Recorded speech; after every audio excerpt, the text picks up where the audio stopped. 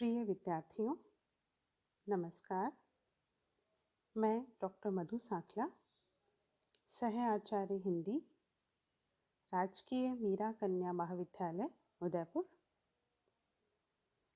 बच्चों, प्रथम प्रश्न पत्र के अंतर्गत हमारी पुस्तक है आधुनिक काव्य सोपान। जैसा कि आप सभी जानते हैं, आधुनिक काव्य सोपान में आधुनिक युग के कवियों के काव्यों का संकलन है। हम डॉक्टर मैथिली शरण गुप्त द्वारा रचित चित्रकूट में राजसभा कविता का अध्ययन कर रहे हैं। चित्रकूट में राजसभा मैथिली शरण गुप्त के साकेत महाकाव्य के अष्टम सर्ग से ली गई है। चित्रकूट में राजसभा का आयोजन किया जाता है और उस सभा में रानी कैकेयी आत्म पश्चाताप के द्वारा स्वयं को अपराधी मानते हुए पश्चाताप की अग्नि में जलकर शुद्ध कंचन सी प्रतीत होती है। गुप्त जी ने कैकेयी के चरित्र को एक नवीन स्वरूप में हमारे सामने रखा है। वह स्वरूप जो बहुत ममतामयी है और उज्जवल रूप में हमें दिखाई देता है। प्रस्तुत अवतरण में पूर्व प्रसंगानुसार राम, भरत और कैकेयी संवाद चल रहा है। स्वयं को दोषी मानकर आत्म पीड़ा में तपती कैकेयी का शुद्ध उज्जवल स्वरूप निखर कर सभी के सामने आता है। कैकेयी स्वयं स्वीकार करती है कि उसने सदैव स्वार्थ साधना ही की। यदि वह परमार्थ अर्थात लोकहित की उपेक्षा नहीं करती और स्वयं के बारे में सोचने के बजाय दूसरों के हितों और अधिकारों को प्राथमिकता देती, तो यह विकट स्थिति ना खड़ी होती। रानी यह भी स्वीकार करती है कि युगों युगों तक यह कहानी कही जाती रहेगी कि रघुकुल में एक अभागिन रानी थी जिसने अपने स्वार्थ के मोह में पूरे परिवार को नष्ट कर दिया था।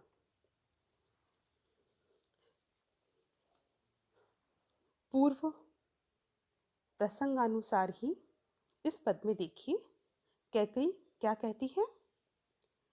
निज जन्म जन्म में सुने जीव यह मेरा, धिक्कार उसे था महास्वार्थ ने घेरा। 100 बार धन्य वह एक लाल की माई, जिस जननी ने है जना भरत सा भाई। पागल सी प्रभु के साथ सभा चिल्लाई, 100 बार धन्य वह एक लाल की माई। हाँ, लाल उसे आज गमाया मैंने, विकराल कुयश ही यहाँ कमाया मैंने। निज स्वर्ग उसी पर वार दिया था मैंने, हर तुम तक से अधिकार लिया था मैंने। सभा के सामने कैकेयी आत्म अपराध स्वीकार करते हुए कहती है कि लोग मुझ पर थूकें, मैं अभागिन नारी हूँ। साथ ही कैकेयी कहती है कि निज जन्म जन्म में सुने जीव यह मेरा, मेरा जीव या मेरी आत्मा इस जन्म में या अगले जन्म में और हर जन्म में जब जब मेरा जन्म हो यह धिक्कारपूर्ण वाणी सुने, क्योंकि मैंने एक भरे पूरे परिवार को नष्ट कर दिया। उसे था महास्वार्थ ने घेरा। रानी कैकेयी यह स्वीकार करती है कि मुझे महास्वार्थ ने आकर घेर लिया था, इसी कारण मैं स्वार्थ के वशीभूत होकर यह कृत्य कर बैठी और अपना पूरा परिवार नष्ट कर बैठी।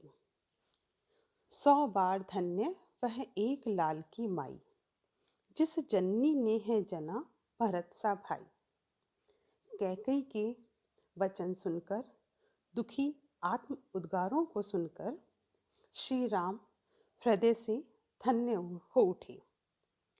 श्री राम का हृदय द्रवित हो उठा और कैकई के पश्चाताप के बाद उसके शुद्ध स्वरूप में भीगते हुए राम ने कैकई की प्रशंसा की और यह कहा कि नहीं माता, आप जैसी माता तो धन्य है, और एक बार ही नहीं 100 बार ऐसी माता धन्य है जिसने भरत जैसे लाल और भरत जैसे भाई को जन्म दिया।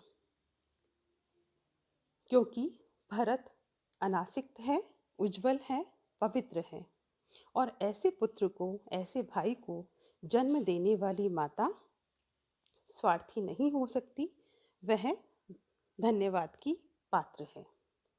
जैसे ही राम ने यह कहा, संपूर्ण सभा भी पागल के समान प्रभु श्री राम का समर्थन करते हुए चिल्ला उठी कि वह माँ 100 बार धन्यवाद की पात्र है जिसने भरत सा उज्जवल भाई जना है।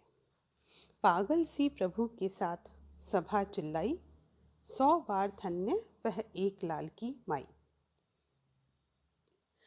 संपूर्ण सभा के सामने कैकई का शुद्ध, उज्जवल और सात्विक स्वरूप जब सामने आया तो संपूर्ण सभा ने श्री राम के समर्थन में कैकई को धन्यवाद दिया। हाँ लाल, उसे आज गमाया मैंने, विकराल कुयश ही यहाँ कमाया मैंने। राम की और सभा की सभी बातों को सुनकर कैकई पुनः आत्मपीड़ा के स्वर में कहने लगी कि हाँ लाल, भरत जैसे लाल को जन्म देकर भी मैं उसे पहचान नहीं पाई और अपने हाथ से सदा के लिए उसे मैंने आज गमा दिया, अर्थात खो दिया। भरत मेरा पुत्र होकर भी इतना निर्मल, दृढ़ निश्चय वाला निकला और उससे यश कमाया, किंतु मैं उसको जन्म देने वाली माता भी स्वार्थ साधन में ही लगी रही और मैंने यहाँ पर विकराल कुयश ही कमाया है। अर्थात कैकई इन पंक्तियों में स्वीकार करती है कि भरत जैसे लाल को जन्म देकर भरत ने तो यश कमाया, परंतु मैं अपने स्वार्थ साधन में ही लगी रही, इसलिए विकराल अर्थात भयंकर कुयश ही मैंने अपने जीवन में कमाया है। निज स्वर्ग उसी पर वार दिया था मैंने। कैकई यह स्वीकार करती है कि मैंने अपने पुत्र के मोह में, पुत्र की भलाई के लिए स्वर्ग का सुख भी वार दिया था, अर्थात छोड़ दिया था। पति का प्यार, राम का दुलार, कौशल्या, सुमित्रा का वात्सल्य सब कुछ छोड़ दिया था, फिर भी वो मेरा न हो सका। हे राम, हर तुम तक से अधिकार लिया था मैंने और उसी पुत्र की भलाई के लिए मैंने अपने स्वार्थ की प्राप्ति हेतु तुम तक से तुम्हारे सभी अधिकारों का हरण कर लिया था, राज्य अधिकार भी तुमसे छीन लिया था, अतः मैं अपराधीन हूँ। कैकई इन पंक्तियों में सहज रूप में स्वीकार करती है कि अपने पुत्र के मोह में पड़कर कैकई ने सभी का वात्सल्य छोड़ दिया था, सभी के अधिकारों का हरण कर लिया था और फिर भी वो पुत्र कैकई का ना हो सका। बच्चों, इन पंक्तियों में कैकई स्वयं को स्वार्थी बताकर पश्चाताप करती, स्वयं को अपराधी मानती है, परंतु राम उसके महत्व को समझ गए। राम ने उसके उज्जवल चरित्र को देखा। उन्होंने भरत समान भ्राता की जन्मदात्री दुखी माता कैकई की सभी के सामने प्रशंसा की। इन पंक्तियों में हमें मैथिली शरण गुप्त के युग की मर्यादा और आदर्श सहज रूप में देखने को मिलती है। पद्यांश की भाषा की बात करें तो सहज, सरल, तद्भव बोलचाल की शब्दावली प्रयुक्त की गई है।